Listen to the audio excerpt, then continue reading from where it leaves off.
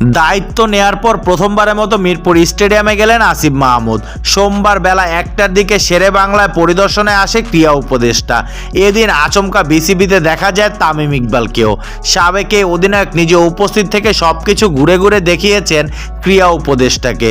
গুঞ্জন আছে আসিফ মাহমুদের অনুরোধে বিসিবিতে এসেছিলেন দীর্ঘদিন মাঠের বাইরে থাকা তামিম ইকবাল।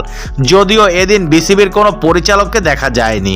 ক্ষমতার পালাবদলের পর থেকে বোর্ড সভাপতি নেতৃস্থানীয় অনেকেই আত্মগোপনে আছেন। এদিন গণমাধ্যমের মুখোমুখি হন বিসিবির প্রধান নির্বাহী নিজামুদ্দিন চৌধুরী সুজন।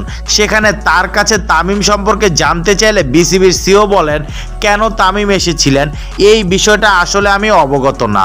উনি আসছেন, ওনার সঙ্গে কথা হয়েছে, সব সময় পাশে উনি ছিলেন, এর বাইরে কিছু বলতে পারবো না।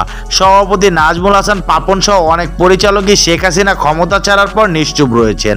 পদত্যাগ করবেন পাপন, যে কারণে নতুন সভাপতি কে হবেন এই নিয়ে অনেক গুঞ্জন। তবে এইসব নিয়ে ক্রীড়া উপদেষ্টার সঙ্গে কোনো আলাপ হয়নি।